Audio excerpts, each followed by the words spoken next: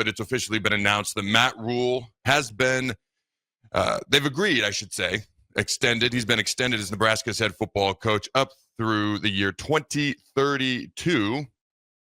And those last couple of years, $12.5 million, the extra years that have been added on. And if he makes the college football playoff, he gets an extra million as well. So Jake said before the break, before we came on show, he goes, man, $12.5 million, I'm cool with that. 13.5 though, that's too much. That's just too much. What are your thoughts on that, Jake? That'd be ridiculous. I can't believe you could even approach 13, but 12.5, that sounds like reasonable. Yeah, that sounds pretty reasonable there. So I'm curious, obviously, what people have to say. What are your thoughts? All right, what's your reactions to this? Let me know. Matt Rhule's been extended, obviously.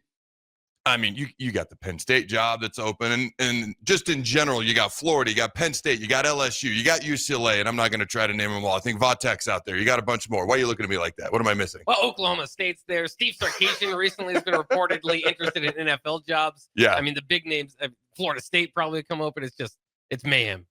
So for me, here's my thoughts, and we're getting stuff from the press conference that currently is either going on or just ended. But before we dive into all that, I want to know your thoughts. All right, what's your thoughts? What's your reactions to this? What's the text line number there, Jake? 402-464-5685. All right, before we dive into that, it's the noon hour, and ladies and gentlemen, you know what that means. The Adam Carriker Show is brought to you by our good friends at Mulberry Barbecue. Now with 2 locations at 11th and Cornhusker and 61st and Apples Way, right off of Highway 2 by Lowe's. Both locations are open Monday through Saturday from 11 a.m. to 8 p.m. Try their burnt-end sandwich, a biscuit burrito, barbecue nachos, full slab of ribs, half smoked chicken, and much, much more. Plus, incredible size. Get fueled for lunch today or make dinner plans at Mulberry Barbecue, located at 11th and Cornhusker and at 61st and Apples Way, just off of Highway 2 by Lowe's. All right, as a text come in, let me know when you got something that sticks out to you, Jake. Obviously, we want to get your Jake's takes. Is it Bad News Bach or Jake's takes today? What are we going with today? I think I'm more positive today. Jake's takes. Yeah. All right, Jake's takes. Okay, can you just play Bad News Bach? Do you just happen to have it ready? I just like that. Get it ready. Get it ready. It's so exciting. When I throw it to you for Jake's takes, just play Bad News Bach just because I like it. I just like how it sounds, even though you're feeling more positive today. Here are my thoughts on this. It's really 3 parts. The first part is you look at the college football landscape, and we just went through a bunch of the jobs that are open. So if your head coach leaves, you are now competing with all of these other jobs trying to get a good head coaching candidate out there. So part 1 is if Matt Rhule was not the head coach for whatever reason next year, let's say he goes to Penn State, okay? All right, or whatever happens. Like, it's going to be very challenging in the insane landscape of college football the way it is to compete with all of these other big-time universities that are also trying to find a really good coach. And it's I don't think I've ever seen a coaching, man, if you're a coach, there's a lot of opportunities right now. I don't ever think I've seen so many coaching availabilities like what's going on right now. LSU, top 5 job in America. Florida, I had somebody ask me this. Which job would you rank above the other one, LSU or Florida, Jake? Oh, it's so hard, and you throw Penn State in there too. Yep. Those are 2 of the top 5 jobs I would think in college football. But you had to pick. Somebody goes, no, Adam, pick one. I was like, Oh my gosh. So I went with LSU by like a nose hair split 14 different ways was the gap in my mind, and it was mostly because you're in-state recruiting. You're recruiting with against Louisiana Tech and Tulane versus Florida. You got Miami, Florida State, UCF, now USF. That was my logic. I don't know. Yeah. If you had to pick one over the other, who would you pick? I've always viewed LSU in that way, but the thing is now as we're looking at it, looks like the governor's getting into the mix. I mean, it looks kind of like a mess at LSU right now. So when we just kind of step back and say an overall job, I think LSU's arguably one of the best. But I always say that with Florida and Texas and in Southern California. I mean, those are kind of the jobs I would kind of think would be the best out there. Right now, I might even lean into Penn State. Over both those two? I think maybe even over both those two. And the reason why Florida is dragging that, they fired like 5 coaches since Urban Meyer. They all have a little bit of success, and as soon as things aren't turning out the way they want them to, they get rid of them. Billy Napier, a little bit of a story, never really got things going there, and I was surprised how long they hung on to him. But they don't they don't look like a team to me that's going to take a whole lot of 8 and 4 years. You do realize what Penn State just did, though, right? I do. Okay. I mean, you make good points. For me, it's slightly LSU ahead of all those. Here's the other thing. If you listen to what's coming out of Baton Rouge about Brian Kelly being fired, you're kind of walking into a ready-made situation, because what's been reported is like on major recruiting days, he was on the beach. So in other words, a lot of this roster, a lot of these things have been constructed by everybody who's currently there. Now, I don't know if you're a head coach, if you just want to walk in and Barry Switzer like you did at the Dallas Cowboys after, Jimmy Johnson left, because that wasn't the best situation, because I don't think anybody ever truly looked at him as the leader of the team, even though they won a 95 Super Bowl. I just watched this whole thing on Netflix again. That's why it's at the top of my head. But it was a ready-made situation for Switzer after Jimmy Johnson left. LSU is kind of the college football somewhat version of that. So you want to come in, you want to be the guy in charge, you want to bring in your people as well. But it's kind of like, hey, I said before the season, this is the best roster they've had in 5 years, and I stick by that. Penn State, the best roster James Franklin ever had. Roster does not automatically mean wins. My point is, you've got talent there. You've got people there who've been kind of keeping things going despite what people may or may not think of their former head coach. So to me, it's very ready-made.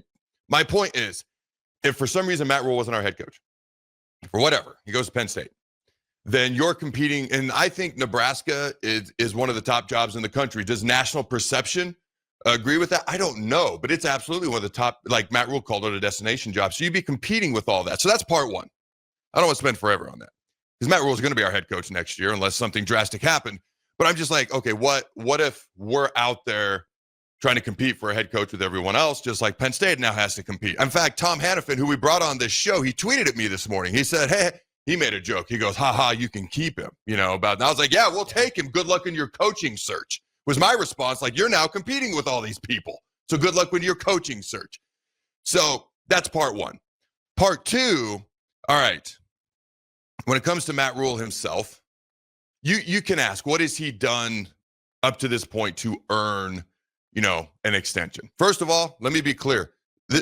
I think this needed to happen, because otherwise Penn State was still the favorite to go to be Penn State's next head coach. If you didn't know that, he was still the favorite, like 35%, which was ahead of everybody else, all the other guys that were below him. And so what has he done? Well, supply and demand matters. Okay, I think Terrell, as I was walking in, mentioned something about all push, no shove. I'm not exactly sure what that means, but I think I get the point. My point is, like, if you're someone who has something that somebody else really needs, your value goes up. There was a lot of teams, including Nebraska, who we have a good coach, but if he wasn't here, we would need one. So for me, it's the supply and the demand, and that creates value. Also, I look at what he's built since he's gotten here. Are we experiencing the typical Matt Rhule year 3 jump? November hasn't played out yet, so I can't definitively answer that up to this point. I would say no. So improvement is going from 7-6 to 8-5. Okay. Noticeable progress would be 2 wins. A jump to me is 3 wins. Like going from 7-6 to 10-3, including the bowl game, would be like a jump. I've never once mentioned 10 wins. Okay, because I refuse to talk college, except for the one time Josh Pate brought it up, and then I brought it up, and then Minnesota happened. And I was like, wait, this is why I don't bring it up. I don't think we're experiencing the Matt Rhule. Now, mathematically, it can still happen. We're not experiencing the typical Matt Rhule year 3 jump. But he's a good football coach. And right now, good football coaches are hard to find. And you need to keep them. I can't help but wonder if Matt Rhule's year 3 jump is more likely to take place in year 4. Again, we are the youngest team in the entire Big Ten Conference. Our quarterback is an underclassman. Our top 2 wide receivers statistically are underclassmen, Barney and Hunter. Our tight end is coming back. Our running back is coming back. The entire running back room is coming back. The entire defensive line, 1, 2, and 3 deep outside of Judy, is coming back. Is Cunanan a senior? He's a junior. So our field goal kicker, I believe, is a junior. You got a freshman punter in Archie Wilson. You've got a coaching staff that will then have, in theory, hopefully, an entire year and offseason together in the places that they are. And I can't help but wonder if looking at year 4, because I've never said I expect Matt Rhule's team to have a year 3 jump this year. Never said it because I didn't expect it. I said I would jump for joy if it happened, but I said 8 to 9 wins consistently. To me, that's improvement. 9 wins is noticeable improvement. Okay, but a jump is an improvement of 3 wins. If we're going to talk jump or leap, like what happened at Baylor. I believe they went from 6-6 to 11-1. Temple, I think they had an improvement of 5 wins from year 2 to year 3. So my point, what I'm trying to get at is Matt Rhule's a good football coach. And I've said, I still remember the gut reaction I did the day he was hired.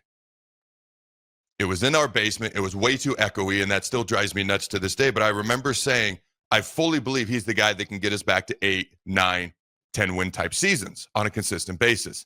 I have no idea if he's the guy that can get us competing for Big Ten titles, and this was before there was 90,000 teams in a conference, and a national championship. I don't know because he's never done it. But I fully believe if you want to be successful and compete for those championships, you got to get to 8, 9, 10 wins first. You've got to make progress and go in the right direction, and it's got to be steady, and it's got to be incremental. And that's why I will sit here and say anything under 8 wins is a failure of a season because you've not gone the right direction. And it's not like you've had a tough schedule. The youngest team in the Big Ten, also the easiest schedule in the Big Ten, and there hasn't been a whole lot of teams that have popped up and been a lot better than we thought they would. Maybe Cincinnati, but it's not like we played Murderer's Row. But I do believe he's the guy that can get us back to winning 8, 9, 10 games a year. That's part 2. Number 1 is you have a head coach in a day and age when college football is insane and so many universities are competing with each other just trying to find a good head coach, which leads to number 2. We have a good head coach and a guy that I believe can get us back. Yeah, the value was created a lot by supply and demand, and that's okay. It is what it is. It's called business. This is a billion-dollar business, college football is. But he's the guy I believe that can get us back to 8, 9, 10 wins, which leads to part 3. I have no idea if he's the guy that can get us back to competing for championships year in and year out on a consistent basis. And I'll be honest with you, the barometer's even changed. Like when Osborne was coaching, it was Big 8 title, Big 12 title, national title. After that, it's been conference title, national title, or New Year's 6-day bowl game was always the goal. Now the barometer is college football playoff.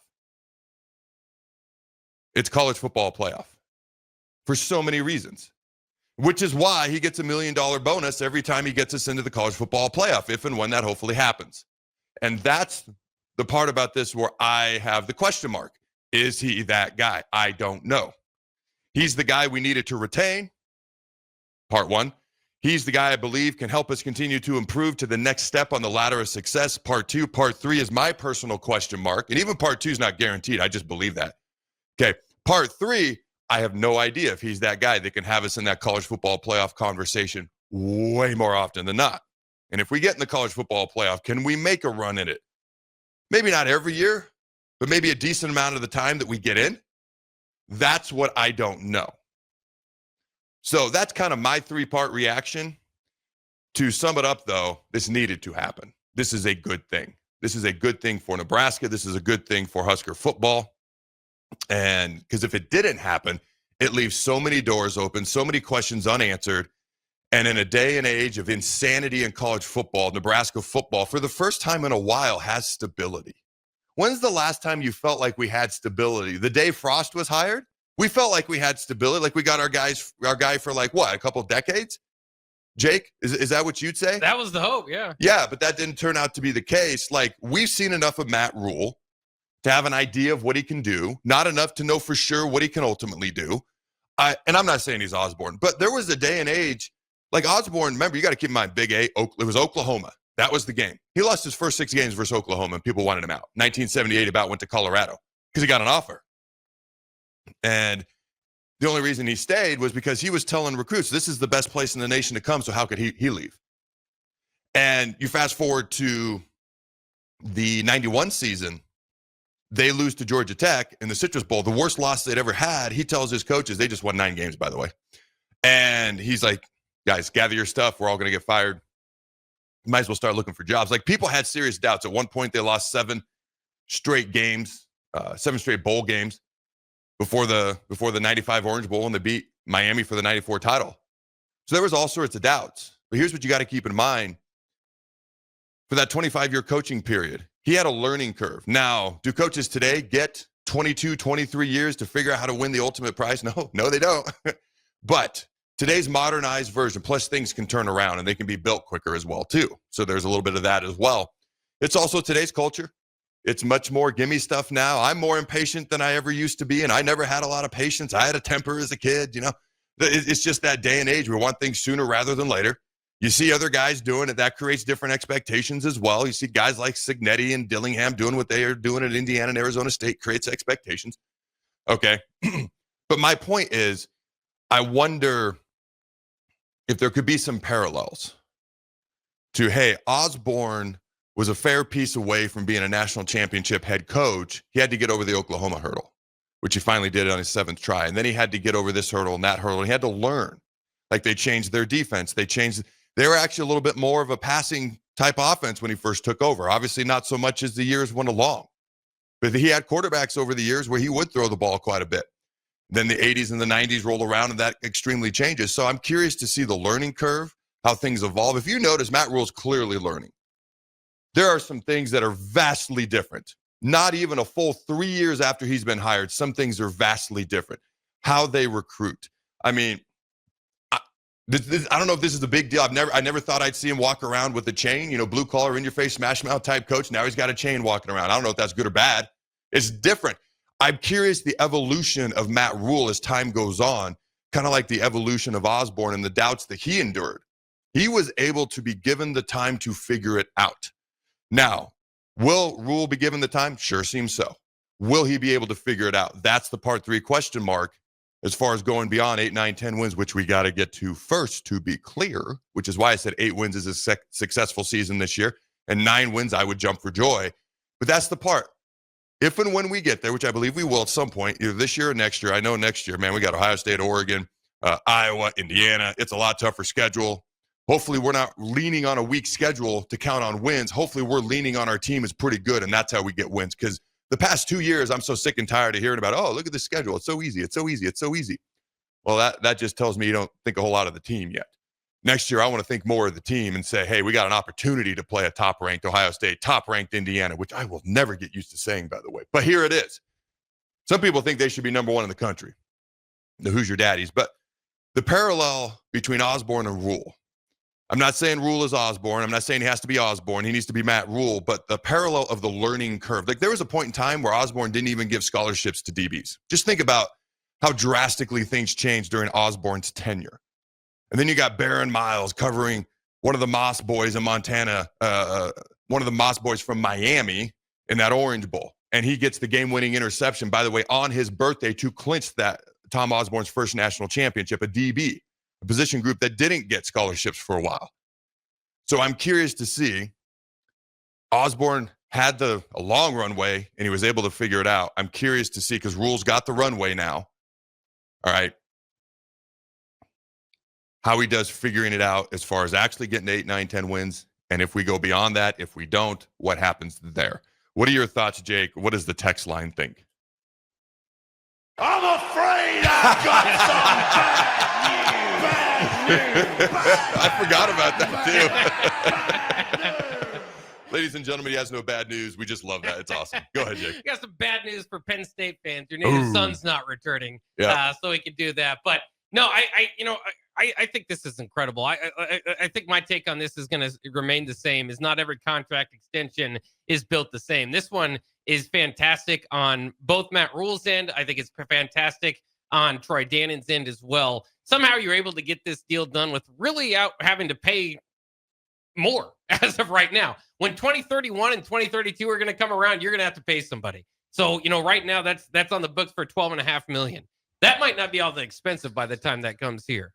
But that's why I say on the AD's part, this is a fantastic deal. It's an extension, but you're not adding a bunch of money to it.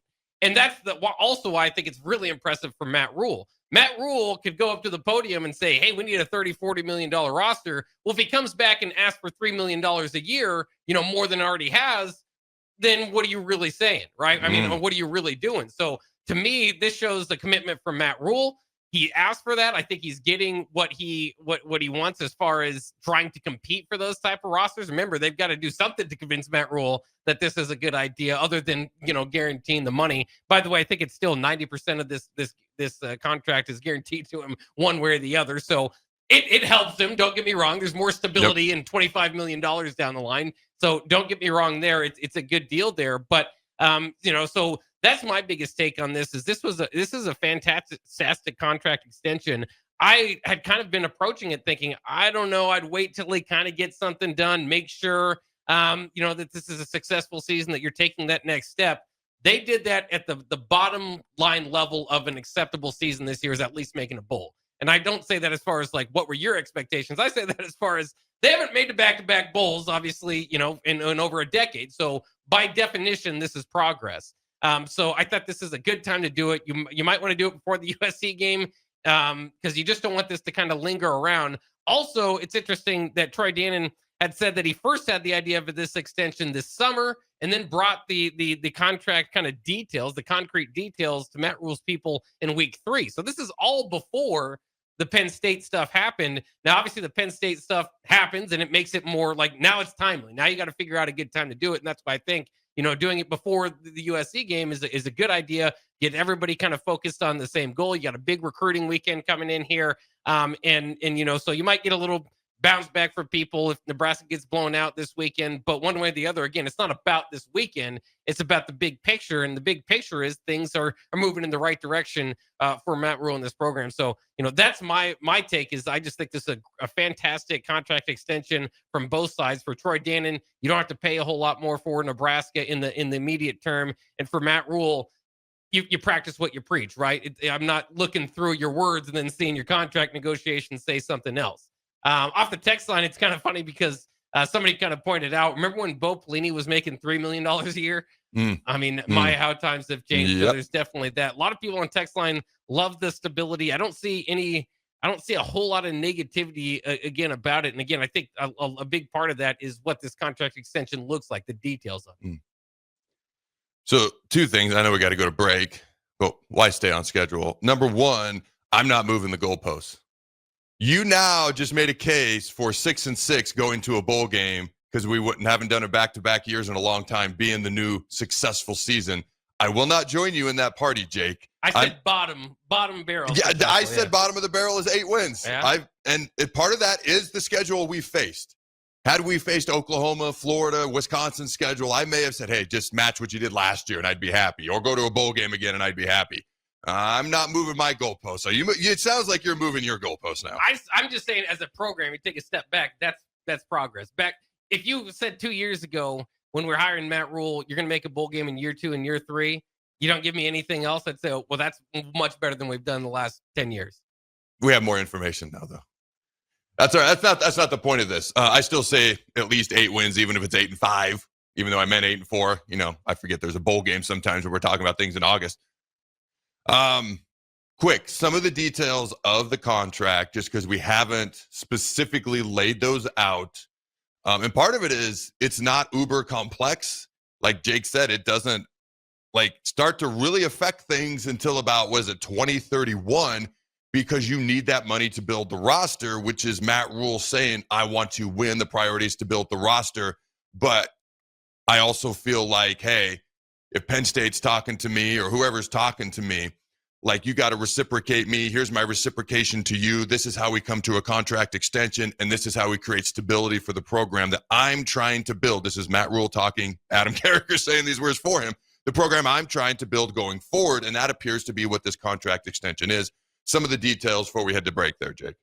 Yeah, again, it's a 2-year contract extension through 2032. Includes a $15 million buyout this year, which is the big deal. It effectively eliminates from any jobs this cycle, in the words of Pete Thamel. There is extensions, or there is incentives, and I think that's what some people like in this deal as well, is more put it on incentive side rather than here's automatically here's more money. Where that if he does reach the playoffs, each time he makes the playoffs, in fact, he gets $1 million raise for each year on his contract. So that's a good deal, again, I think, on both sides. But I mean, the deal remains 90% guaranteed. So there's still that. But I mean, that's pretty much the details that we have for it. So this is good. This is a good thing. This creates a lot of stability. We haven't had stability at the University of Nebraska for quite a while. So anytime there's a really good game, that's easy. Anytime there's a bad game, hopefully not many of those going forward, there's not going to be a whole lot of fire Matt Rhule things going around, and there shouldn't be. And that's a good thing. That creates stability within a program, which helps recruiting, which helps coaches buy into what the head coach is saying. Because, hey, I know you're going to be here for years to come, and players buy in and fans buy in. It's something we've not had in a while. Something that will ultimately help this is getting some more wins as well. That helps buy-in from everybody. Winning cures all. Jake and I have talked about that, or almost everything. We've talked about it a million times. But stability at the university program with a good head football coach. Is he great? Hey, that's what he's got to prove as the years go along. But for right now, we've got stability with a good head football coach here at the University of Nebraska.